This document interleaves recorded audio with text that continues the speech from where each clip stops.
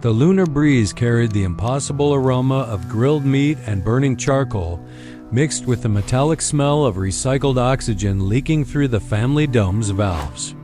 It was Sunday, July 15th, 2387, and for the first time in 3 years, all the Hendersons were gathered in the pressurized backyard of our property in Sector 7 of New Levittown Colony.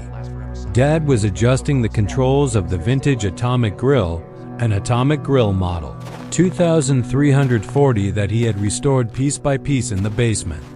The familiar rumble of the miniature reactor transported me back to the Sundays of my childhood, when I still believed that Earth was just a beautiful legend that adults told children to help them sleep. "Tommy, are you going to stand there or help me with these synthetic ribs?" Dad's voice echoed through the safety helmet, even with the stable atmospheric field. Old habits from the first generation of colonists. I walked over to him, my feet making that muffled sound characteristic of artificial grass over lunar soil. Mom had insisted on keeping the emerald green lawn, even though it cost a fortune in hydroponic maintenance. "We need to keep Earth traditions alive," she always said, although none of us had ever set foot on the blue planet that shone in the night sky. The picnic table was set with melamine dishes printed with rockets and planets, the same ones we de-used since I could remember. My sister Sarah was organizing the plates with the obsessive precision she developed working at the Orbital Control Center. At 34, she still folded napkins exactly as Mom had taught us. "Remember when you tried to dig a tunnel to the center of the moon?" Sarah laughed, pointing to a small crater in the corner of the yard that Dad had never managed to level completely. "You were, what, 8 years old?" "7, I corrected, feeling the familiar warmth of nostalgia rise in my chest. "And I almost made it. If Mr. Peterson hadn't called you guys ... you would have punctured the colony's hull and killed everyone," Dad completed. But his voice carried that tone of disguised pride I knew so well. "Always too stubborn for your own good." Dad's shortwave communicator crackled on the table, broadcasting Sunday programming from Radio Luna City. The announcer's voice, with that artificial accent that imitated Earth broadcasters from the 1950s, announced, "And now, dear listeners, keep tuned to frequency 107.3 so you don't miss our Old Earth Hits Marathon. Sign up for our Lunar Loyalty Club and get special discounts at the antique shop on Crater Avenue." Mom appeared at the kitchen door carrying a tray of potato salad, Grandma Henderson's secret recipe, which she kept in an encrypted file on the home computer.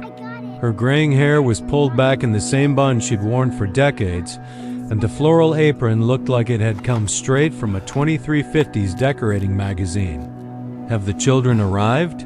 she asked, referring to my twin children, Jake and Emma, who were visiting for the first time since I'd moved to the Mars Orbital Station.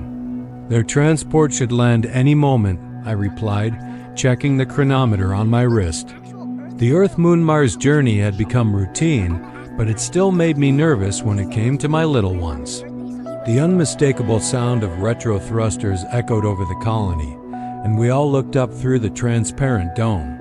The Interplanetary Express passenger ship descended gracefully, its lights blinking in sequence like a space Christmas tree.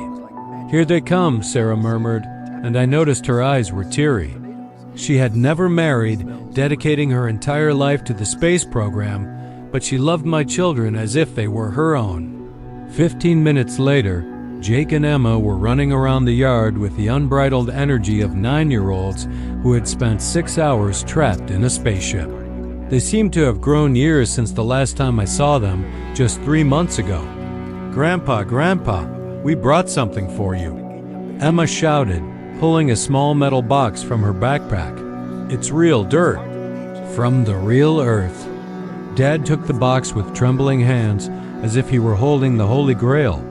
He opened it slowly, revealing a handful of dark brown soil that gleamed under the dome's artificial lights. "Where did you get this?" he asked, his voice choked. "The school teacher took us on a field trip to the Earth Museum," Jake explained. "They let us touch a real sample." Emma asked the guide if she could take a little bit for her great-grandfather who never saw Earth. The silence that followed was broken only by the soft hiss of the grill and the distant hum of the oxygen generators.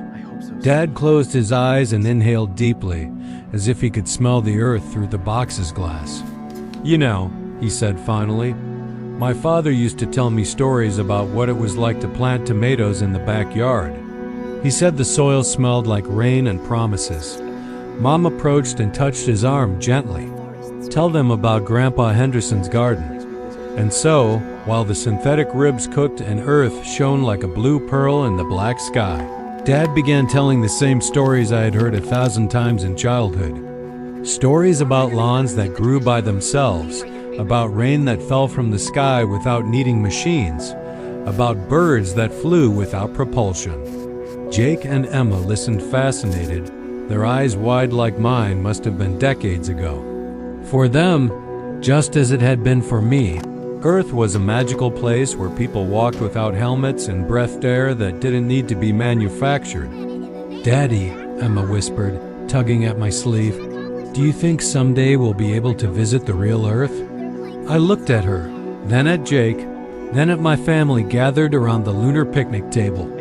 3 generations of Hendersons who had built their lives among the stars, carrying memories of a world most of us had never known. "Maybe," I replied, "but you know what? I think we're already home." Sarah pulled a small notebook from her purse, the family guest book she religiously maintained. "Does anyone want to write something about today? I always like to read your comments afterward." I took the pen and wrote, "Perfect Sunday." The whole family together, old stories, new Earth. Some moments deserve to be remembered forever.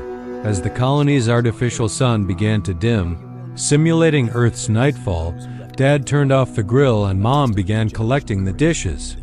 The twins ran around the yard, playing astronauts, an irony that didn't go unnoticed by any of us. "Tommy," Dad called me as we stored the folding chairs in the shed. "Could you do a favor for your old father?" "Of course, Dad. What do you need?" He handed me a small vintage data capsule. "These are your mother's recipes, the stories my father told me, some old photos. I want you to take this to Mars, share it with your neighbors there. Traditions only survive if they're passed on."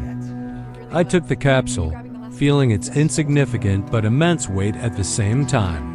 "I'll take good care of it." "I know you will."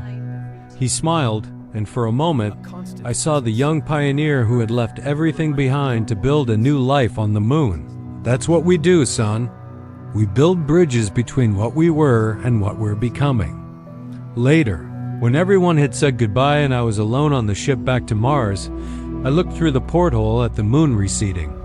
The dome of New Levittown Colony glowed like a small star on the gray surface, and I could imagine my family inside cleaning up the last traces of Sunday's barbecue. Earth was still there, blue and distant, a constant reminder of where we came from. But as I held Dad's data capsule, I realized that home wasn't a place. It was the people we carried with us, the stories we told, the Sundays we chose to spend together even when the universe conspired to keep us apart. On my tablet, a notification blinked. New message from the Henderson family. It was a photo Sarah had taken during dinner.